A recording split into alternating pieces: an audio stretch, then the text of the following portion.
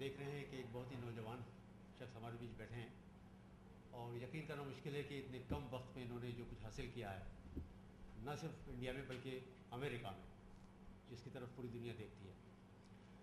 रैना साहब 96-97 में अमेरिका गए थे। बहुत थोड़ा वक्त होता है, 13-14 साल का। आज इनकी एपेक्स कंपनी इंश्योरेंस फील्ड पे one of the top American company जो नस्डेक में इनरोल्ड है, $350 मिलियन। ये एक बड़ा अचीवमेंट है, ये एक अलग चीज़ है। लेकिन इसके अलावा रैना साहब को सोशल सेक्टर में बड़ा कंट्रीब्यूशन है, बरसों से चल रहा है, आज भी चल रहा है। वो अलग चीज़ है। RNF robin Raina foundation Delhi के बवाना में 6000 मकान गरीबों के लिए फ्री ऑफ कॉस्ट बने, कुछ करोड़ों का बजट हुआ है। इसके अलावा नोएडा में एक स्कूल है जहाँ 50 बच्चे, पूरी एजुकेशन फ्री, खाना फ्री, कपड़े फ्री, सब कुछ। और उसके अलावा इंडिया में कई जगह, इंडिया के बाहर भी, आपने इमरान खान के कैंसर अस्पताल का नाम सुना होगा, उसमें पूरा एक वार्ड रैना साहब का है जो इन्हीं के नाम से है। तो ये रैना साहब हमारे बीच हैं, हमारे बीच के ही हैं, इतना अचीव करके आज आए हैं और हम बड़ी खुशी है कि प्रेस क्लब में आए हैं और हम चाहेंगे कि बार बार आते रहें।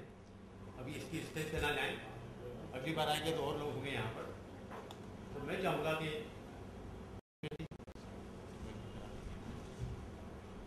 Before we hand over mic to Robin Saab, I request my colleague Jagdish Yadav ji, who is Director Press Corp India. Welcome Mr. Robin Rana on behalf of Press Corp India.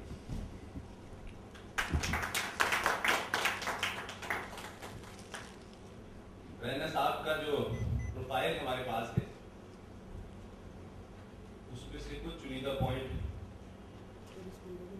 President Parvez साहब ने बताए हैं। मुझे लगता है अगर उसको पढ़े तो पूरा गिर नहीं गएगा, उतना लंबा प्रोफाइल है और इतने सारे काम किए। मुझे इस बात की खुशी है कि लोग बड़े काम करते हैं, बड़े आदमी होते हैं, लेकिन ज़मीन से बहुत कम लोग जुड़े होते हैं। बवाना का जो प्रोजेक्ट है और जो दूसरे इनके फ्यूचर प्लान है, वो इस बात को बताते हैं कि भले ही आप अमेरिका में चले जाएँ या दुनिया की किसी कोने में कितनी भी बड़ी ताकत बन जाए, अगर आपको अपने मुल्क में उन चीज़ों से लगाव है जो पीछे रह गई हैं, जो पिछड़ गई हैं, जो छूट गई हैं, और अगर उनके प्रति आपके मन में कोई दर्द है, तो मैं समझता हूँ ये सबसे बड़े आदमी बनने की निशानी है। रैना साहब, most welcome to the press club India. Thank you. You see, I don't have a prepared presentation. ऐसा नहीं है कि मैं कोई तैयारी करके आया हूँ, तो मैं I like to speak impromptu. इसी तरह से मैं हमेशा बात करता हूँ। तो कोशिश मेरी यही रहेगी कि मैं खुल के बोल सकूँ और कुछ अगर आपके फिर क्वेश्चन होंगे तो I will be very happy to address those questions. मेरे I wear two hats. जिसको इंडिया में पगड़ी बोलते हैं, दो पगड़ियाँ पहनता हूँ मैं। एक तो मैं बिजनेस का, I am chairman CEO of a publicly traded company. तो उस रोल में our company, he's talked about it, the company is doing quite well and we are one of the few companies जो कि NASDAQ पे insulated रही है economic recession से। बहुत कम कंपनीज हैं जो रिसेशन में रही, में से insulated रही हैं। हमारी कंपनी ने 33 continuous sequentially improving quarters दिए हैं in terms of earning, profitability and revenue, जो बहुत कम कंपनी ने दिए हैं। हाईली प्रॉफिटेबल कंपनी है, 39% नेट मार्जिन पे बिजनेस करती है आफ्टर टैक्सेस और इंटरनेशनल नेम है अक्रॉस 6 कॉन्टिनेंट्स हैं। मगर मैं यहाँ उस रोल में नहीं आया हूँ। जो मेरा रोल इंडिया, जब मैं आता हूँ, इंडिया में वैसे हमारा बिजनेस भी है, इंडिया ऑफशोर बेस भी है, I am a proud Indian. तो इंडिया में हमने 2003 में एक बेस बनाया अपनी एक सॉफ्टवेयर कंपनी का। तो लगभग 400 एम्प्लॉयज़ हैं हमारे यहाँ इंडिया में। ऑलमोस्ट 65,000 स्क्वायर फीट की का बिल्डिंग्स हैं, 3 बिल्डिंग्स हैं हमारी। मगर मैं यहाँ जिस रोल में आया हूँ वो बिजनेस से बिल्कुल अलग रोल है।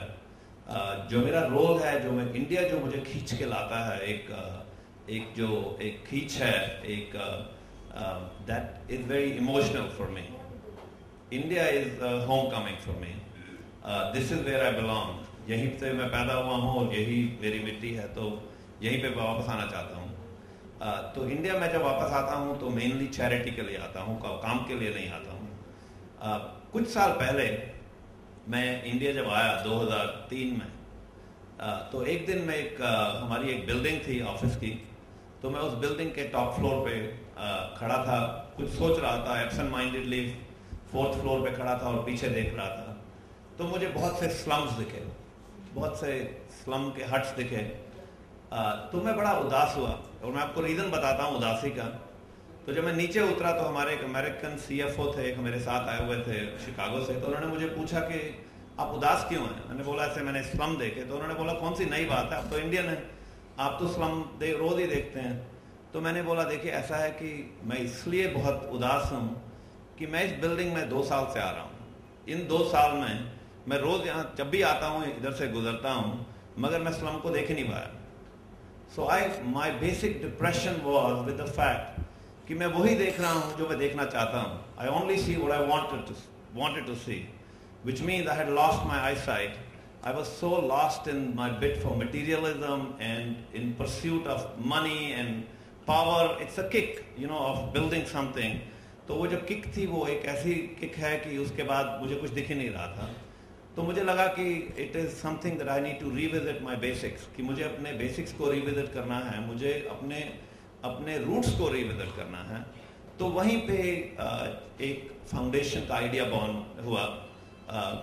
तो रबनाना फाउंडेशन जो हमारी चैरिटी हमने फ्लोट की उस टाइम मेरे नाम से, वो बेसिक आइडिया यही था कि हम एक ऐसी चैरिटी बनाएंगे, एक ऐसा इंस्टीट्यूशन बनाएंगे which hopefully after my death can survive and helps millions of kids around the world.